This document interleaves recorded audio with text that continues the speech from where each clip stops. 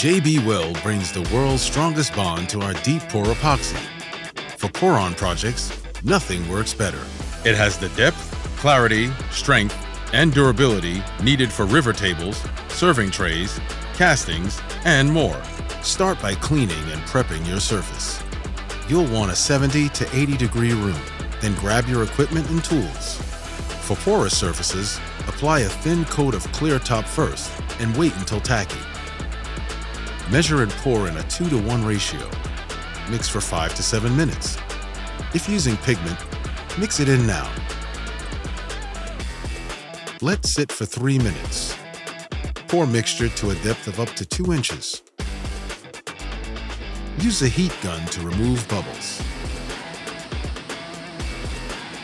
If more depth is needed, wait for the first coat to become tacky before pouring a second coat. Wait 72 hours for a full cure. For an extra smooth finish, you can sand and apply oil. And the river table is ready.